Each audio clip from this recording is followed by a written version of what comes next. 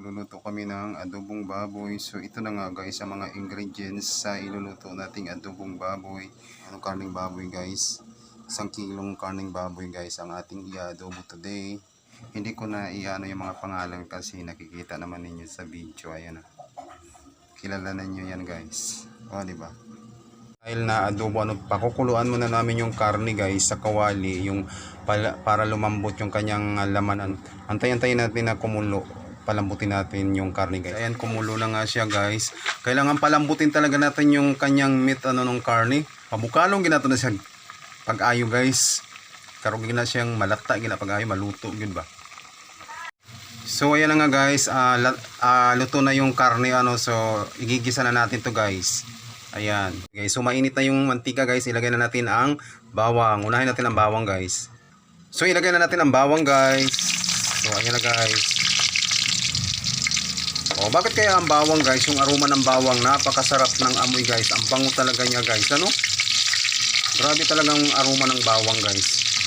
Makaangon ka nga, lami kayo sa amoy pa lang sa amoy pa lang sa aroma ng bawang guys. Grabe. Ayan, pag na golden brown na yung bawang guys, ang next nating isunod guys ay sibuyas. Lisod kayo mag-video guys nga, wati taga-video, ako ragitin taon guys. Sinsya na mo guys. So isunod na nato ang sibuyas guys. So darang sibuyas guys, kasunod ang sibuyas guys. Ato ni siya, imikos-mikos na guys. Grabe, kumuta sa sibuyas pa lang sa bawang guys. Grabe. Kumot kayo, lami kayo siya guys.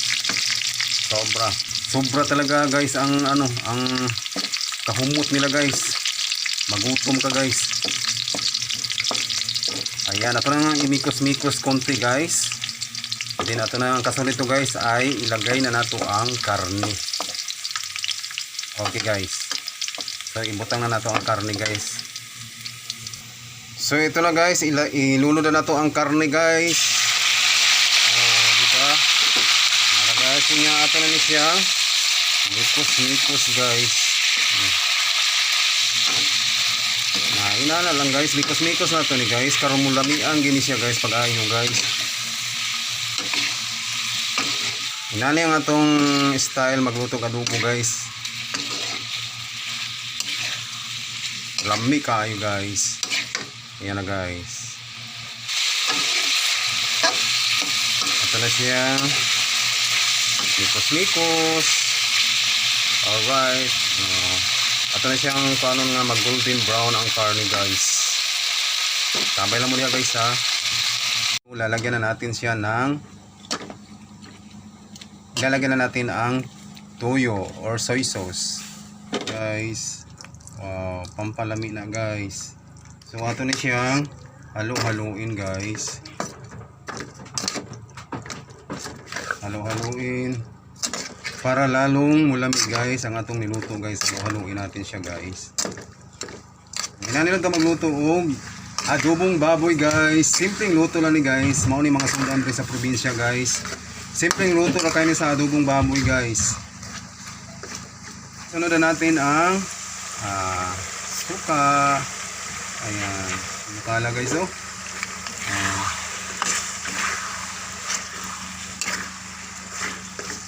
konting tubig guys para may sabaw-sabaw ng konti. Di ba lami na kayo guys ang adobo.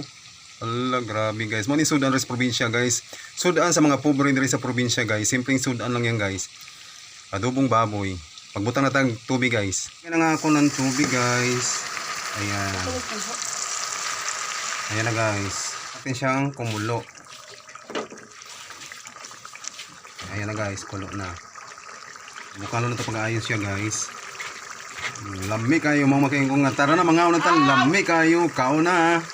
Yan nga guys. Nag fast forward na tayo. Nilagay ko na lahat yung ingredients. Yung oyster sauce. Paminta. Yung brown sugar. And then yung magic sarap. Nag fast forward na tayo dahil nahirapan talaga ako mag video guys na ako lang mag-isa. So ilagay na natin. Isunod na natin yung patatas guys. Patatas pero kami naglagay kami ng patatas. Ayan. Halagin natin guys. Ayan, ito niya siyang haluin guys para maluto yung patatas. Okay na yan guys, luto na yan guys. Yan ang ating adobong baboy. Ayan, ang simpleng sudan sa mga pobre diri sa probinsya guys. Okay, lami kayo.